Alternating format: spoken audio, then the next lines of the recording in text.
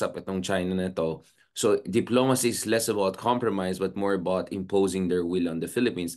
Just to be clear about this, the Cayetano term in the Department of Foreign Affairs, it coincided with the so-called at least three no's dead red line nila, which is no militarization or reclamation sa Scarborough Shoal, no unilateral development of resources sa ating sa West Philippines, sa ating exclusive economic zone, and pangatlo sabi nila no forcible expulsion of our troops. I'm just trying to be fair also to them because this is officially Yeah. what Cayetano said. But can you just clarify to us why yung sinasabing status quo ni Harry Roque is inherently inimical to our national interest or contrary to our national interest as the DFA put it? Can you explain to us the logistics of that? If hindi natin na-fortify itong BRP Sierra Madre, how is that against our national interest? Para lang doon sa mga iba na mukhang hindi nila alam yung logistical realities on the ground. Okay, just for context, meron tayong 9 islands or formations or reefs na ino-occupy, no? Then kasama na diyan yung Ayungin. Yung Ayungin through the BRP Sierra Madre, no? So yung status ko nung rotation nung sa Pag-asa and other outposts, walang problema doon.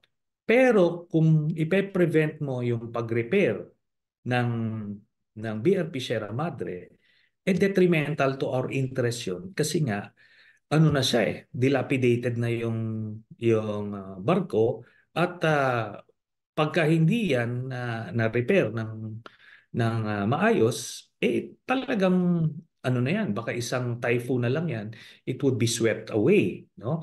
Pagka nawala yan dyan, therefore, pwede na nilang dapaan yung ayungin na yan to prevent yung outpost. Ngayon, ilalagay lang natin yung history niyan. Bakit ba natin sinadsad yan?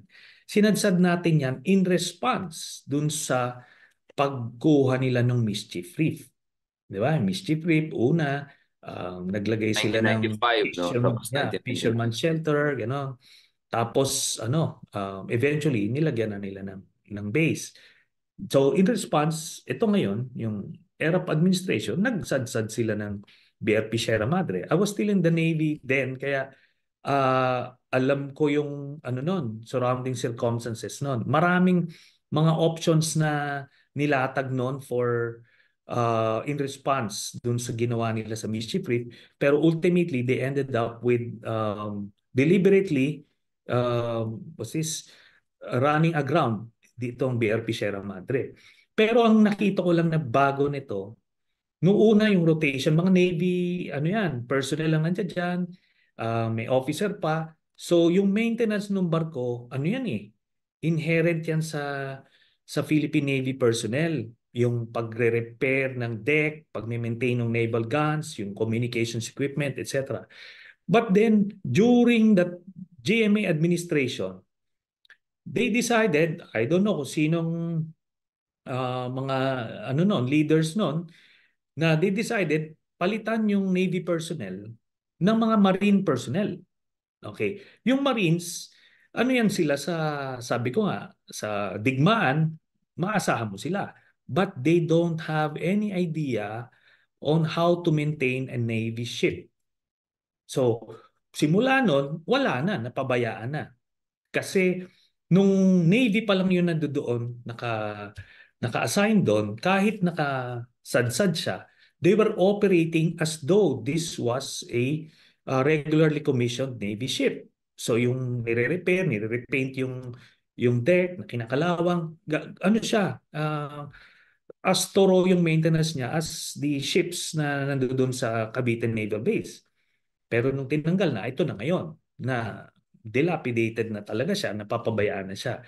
Kaya ang initial suggestion ko dyan, mag-redeploy tayo ng Navy personnel dyan, yung mga bosun's mate rating na tinatawag namin, those who are adept at maintaining the deck, no, the ship.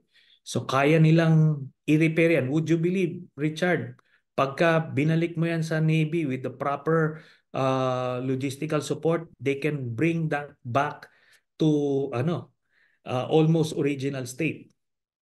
Kaya nila yan kahit nandun Mm. sa gitna ng ayungin. Kasi Right. that's the maintenance culture of the Philippine Navy.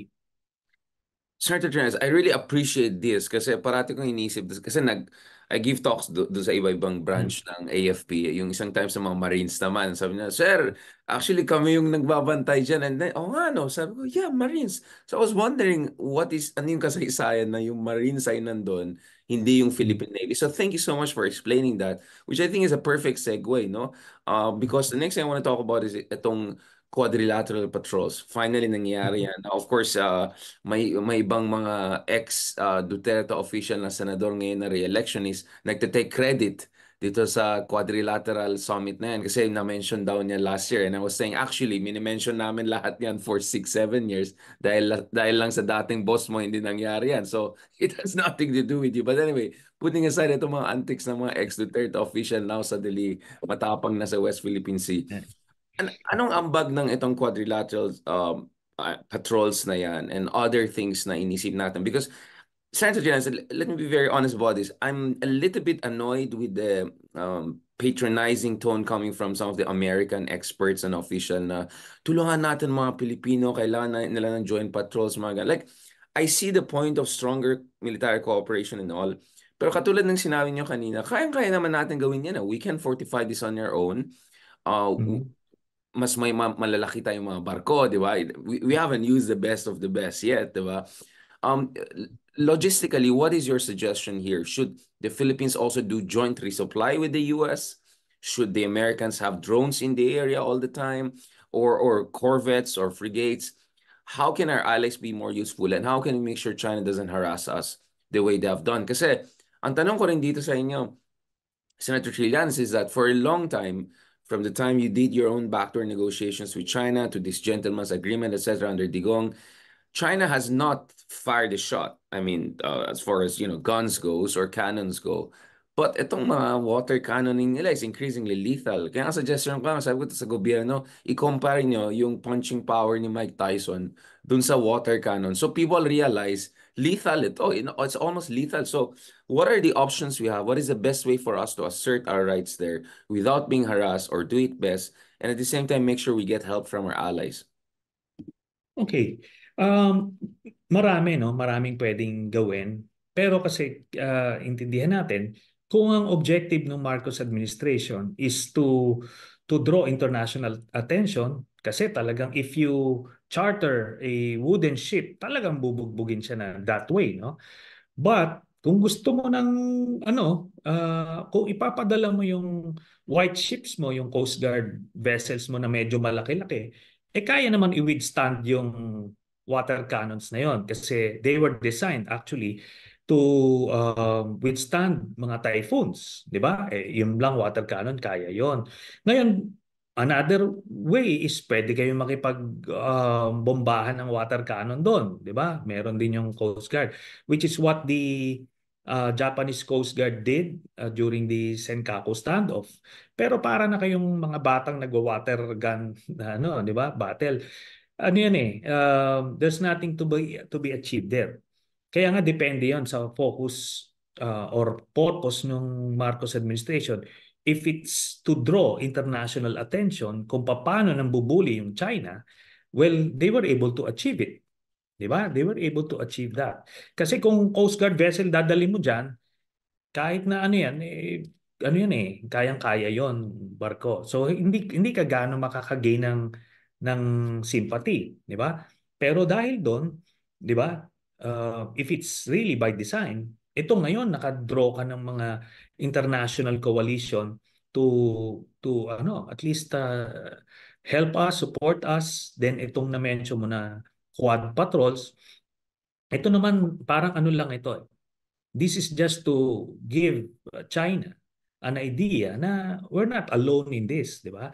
Pwede yan, yung freedom of navigation patrols operations. Pero malayo yan yung pinagawa ng pinagpatrolyahan nung Quad doon sa Ayungin. Now, if we would send our gray ships doon sa Ayungin to resupply, ano to? Kumbaga, pwede mong gawin yan pero kailangan kakalkulate mo din ano ba yung magiging response nila. So pataas ng pataas yan, escalate ng escalate yan. So until magkakaroon ka ng standoff, then doon ka ngayon. Babalik ka doon sa situation doon sa 2012 na ano yon, depende na yun sa kausap. Pero I believe the back channel approach that worked in 2012 may not work this time around because again of the foreign policy shift of the Xi Jinping administration, which is ano na, open expansion na. At ano na sila, parang bordering rogue state na sila, no? Nawala na yung Belt and Road, ano, 'di ba? Economic, kumbaga they were trying to charm the whole world with their economic might. Pero ito hindi na. Na tipong, sige, we will stand toe-to-toe with you on this. Now, yung sinasabi natin, pwede, another approach is, and I've been suggesting this, pwede naman heliborne yung operations. Yung ating ship Aerial. na, oo, kahit Coast Guard ship yan, may heliborne capacity yan. So magdadala sila doon, 10 minutes away, ayungin, they will drop the supplies. Then, eventually nga, pwede tayong maglagay ng helideck dyan sa BRP Sierra Madre. So yung rotation, pwede rin ganon through that. So pagka ganun kasi ginawa, sino yung haharangan nila? Hindi nila mahaharang yon. If they do anything aggressive towards that helicopter at mag-crash yun, aba, iba na yon. Problema nila yon. As you mentioned Tama nga, sa di ba? Mutual Defense Treaty yan because very clear ang at least Trump Yes. and Biden na any attack on our vessels, aircrafts, and soldiers No. and personnel will activate the Mutual Defense Treaty.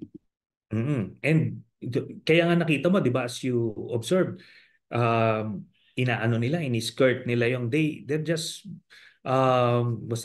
doon lang sa gray zone sila kasi anything beyond the red line magti-trigger ng Mutual Defense Treaty. So maraming ways to resupply. As I mentioned, pwede nilang gawin itong ginagawa nila, mag-charter kayo ng wooden ship, mukha kang underdog talaga, pero itago mo yung mga tao mo para hindi sila masasaktan, di ba? Pero gusto mo ng medyo sturdy siya or all-weather ship, yung Coast Guard, meron silang ganyang vessels that can withstand typhoons, so kayang-kaya nilang water cannon and they can proceed just ignoring the water cannons of China, or they can do what the Japanese did during the Senkaku standoff, magputukan sila ng water cannon, di ba? Or they can do the heliborne approach. So these are just some of the ways na pwedeng gawin without escalating or the Or directly tension by involving the using basics. Americans. Or directly Yeah. involving the Americans. Kasi feeling ko medyo ahead of time, medyo advance mag-isip yung iba na, hey, dapat yung kasama yung US sa resupply na. Ako kasi ang concern ko dito is, Iba we yan. don't want to come Oo. off as total America or masyadong dependent sa America because I think we're very much capable of doing this on our own. Tama Yeah. po sinabi na medyo malalaki-laki na yung mga Coast Guard vessels natin. Medyo matino na rin yung ibang warships natin. So, in fairness kay Pinoy, Yeah. and throughout the past decade, medyo nag-modernize naman yung capabilities natin. So, but siguro the US, do you think they should still have an over-the-horizon presence? Maybe just a frigates in the area or some drone, just in case to make the Chinese think twice. I mean, they have been doing that anyway, but Yeah. Yeah. even more explicit, institutionalized. Okay, they have been doing that and you know why? Because sila stakeholder sila do sa Mutual Defense Treaty. Kaya binabantayan nila yung ating resupply missions because they would be able to know firsthand kung kailangan nilang i-trigger yung Mutual Defense Treaty. And yun din ang pinakang guard mo against over aggressiveness of China to the point na may masasaktan o mamamatay na Navy personnel. Nagustuhan niyo ba ang ganitong pagtalakay? Mag-follow sa Informador FB page at mag-subscribe sa Informador YouTube channel. Ang Informador ay nilikha ng mga staff ni Atty. Ricky Tumutorgo, aka Insurrecto, upang lalong lumawak ang inaabot ng pagpapalaganap ng katotohanan at